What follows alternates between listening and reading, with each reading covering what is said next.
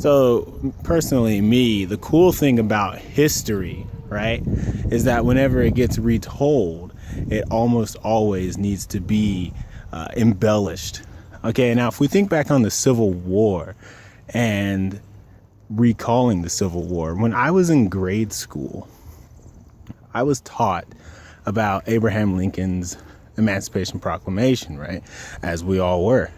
Now, the way I was taught about the Emancipation Proclamation is that Abraham Lincoln wrote it and it immediately freed all of the slaves. Okay? That's it. That's exactly how it was. It was like he wrote it, freed the slaves, boom. Okay? Now, what the grade school neglected to tell me is that when he actually wrote the Emancipation Proclamation, a lot of the southern states, they ignored it. They did not care. Way to go, Lincoln. You wrote the Emancipation Proclamation, and it was literally to no avail, right? So I think what's almost important to take away from recalling history is that since we won, you know what I'm saying? Since we won, right, we get to decide how it's told. Okay, we get to tell history without any hangups, without any complications, without any of the depressing bits, right? If you were to go to Google China, right, and you were to Google Tiananmen Square, you would get nothing in your search results, because Tiananmen Square was a horrible historical event. But here in America, if you Google Tiananmen Square, you get the whole history on it, right? Now, the thing about that, right, is whoever's in control of history gets to decide how it's reimagined. So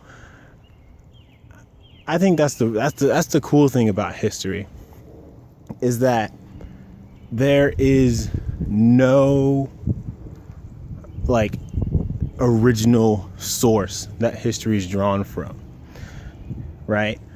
History is either what I think happened, what you think happened, or what really happened, okay?